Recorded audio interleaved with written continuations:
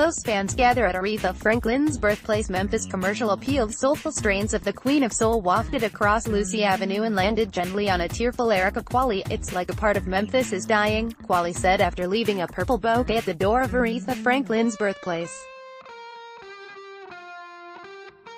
More, Aretha Franklin dies at 76. Detroit star transformed American music. More, efforts to preserve Aretha Franklin's childhood Memphis home has been ongoing. sagaShe joined others who, along with reporters, began to clog the narrow South Memphis street Thursday morning in the hours after word of Franklin's death began spreading.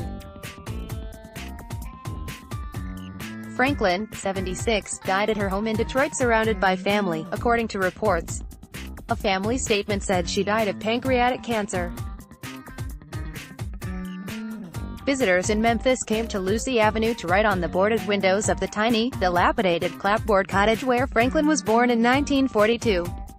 They just wanted to show a little respect for the woman who put the soul in soulful. She was like a source of joy, said Qualy, who has called Memphis home for 8 years.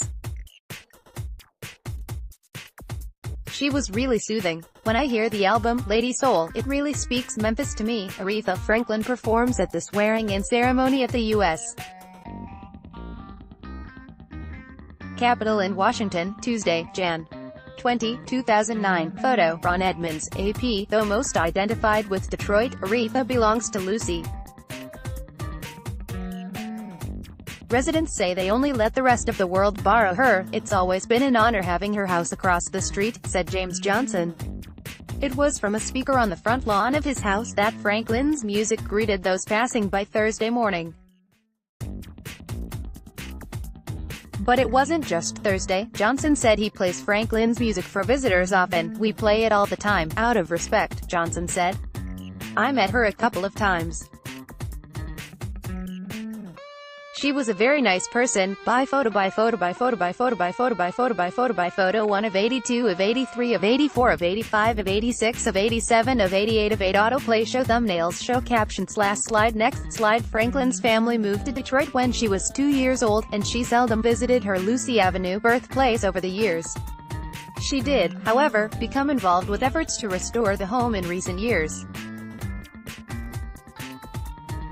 Those involved with restoration efforts said earlier this week they're making progress. More, Memphis soul veterans mourn Aretha Franklin, recall her musical connections to the city. Jeffrey Higgs, executive director of the Lemoyne ON College Community Development Corp., said earlier this week efforts to preserve and promote the home are in a pretty good place. So far, a fence has been erected around the house to secure it, and Mayor Jim Strickland last year unveiled a plaque outside the home.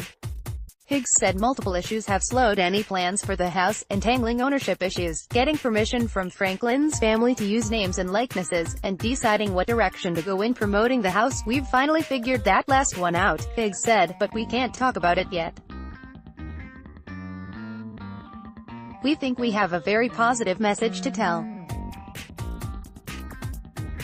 We have some grant money. Rico Scott, like Qualy, said at the site Thursday that there was just something so Memphis about Franklin's music. I grew up on Aretha Franklin, Scott said.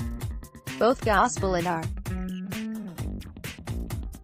I'm just so grateful she was born in my hometown. The passion appealed to me, added Qualy.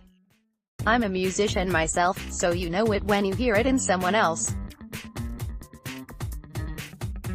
She's just such an inspiration, and the house, Qualy said, needs to stay where it is. In spite of talk of relocating it, keep it where it is, she said. I read that they were talking about cleaning it up and moving it somewhere, which is so ridiculous. Leave it in this place and this neighborhood. This is Memphis. Don't try to make it pretty like Beale Street. Read or share this story. https://memnet.ws/2vokeeve